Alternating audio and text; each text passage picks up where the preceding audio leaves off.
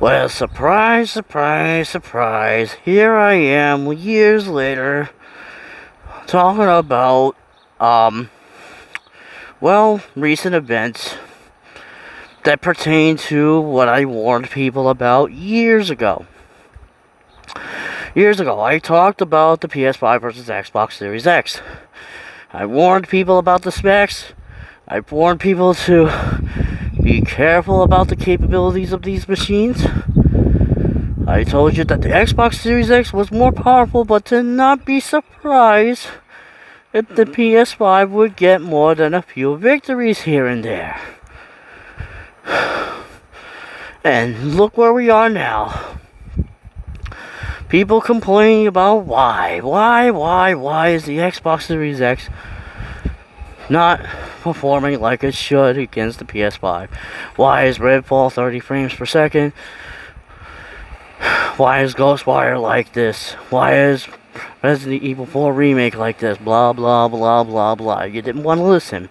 Extra 2 teraflops. Alright? Mark Cerny told you. Ali Salehi from Crytek told you. Before you tried to cancel him. Shame on you, by the way.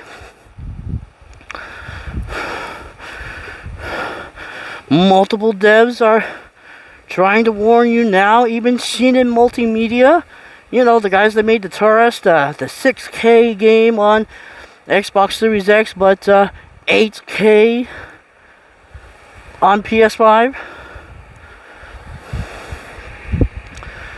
You were clearly warned about this, alright? Doesn't matter how many more CUs the Xbox has. If it doesn't have the speed and bandwidth to keep up the consistency, it means nothing. I warned you guys in my multi-core problem video. We're reaching problems with the capabilities of just adding more cores to everything because parallelization and consistency is not there. We don't have the clock speed or the bandwidth to maintain these cores running all at once. Look what's going on with the 7950 reviews from AMD.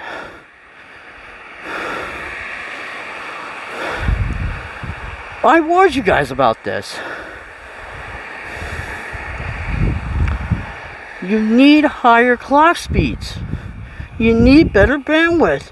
Otherwise, all those extra cores you have, they're not going to react.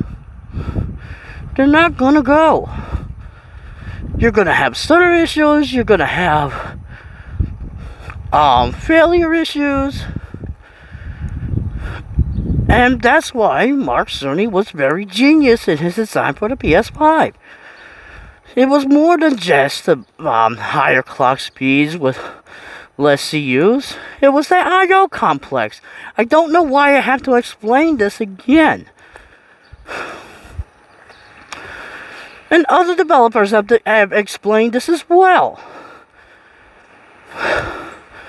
And not only does that help with the processors, it helps with the RAM. Let's face it. It's bad enough what the Xbox has split RAM. That's another thing when Microsoft developers in a PowerPoint presentation a few years ago accidentally reveal that the slower RAM is dedicated solely to the OS, which means that less RAM, much less RAM is now available to the games.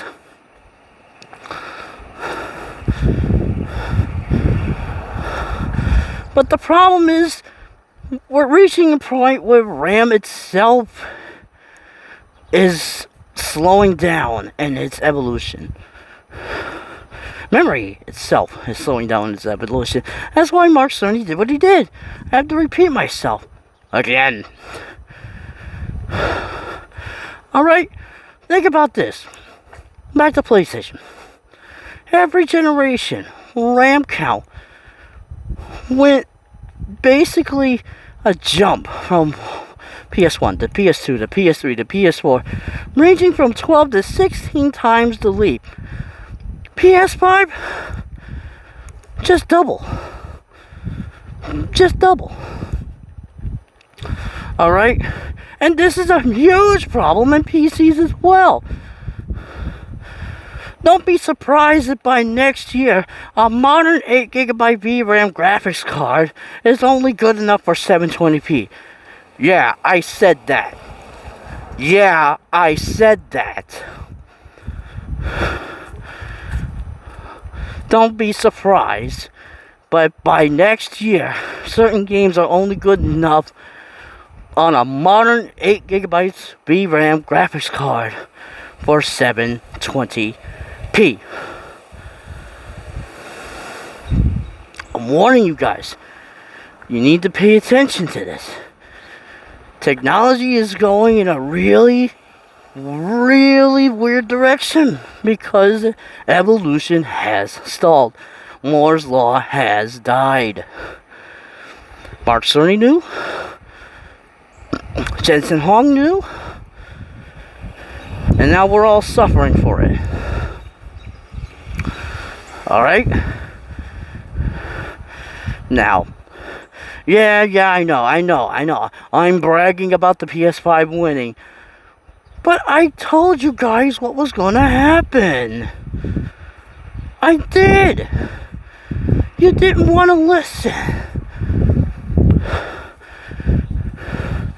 And other people that tried to say the same thing, you tried to cancel them. And now some of you who were bragging that they were right this whole time, you're calling us bullies? And toxic? Because what we said about tech? You... man.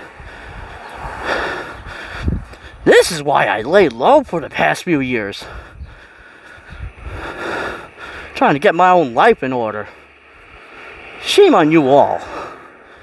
I gotta say it. I told you so. Yule's one out.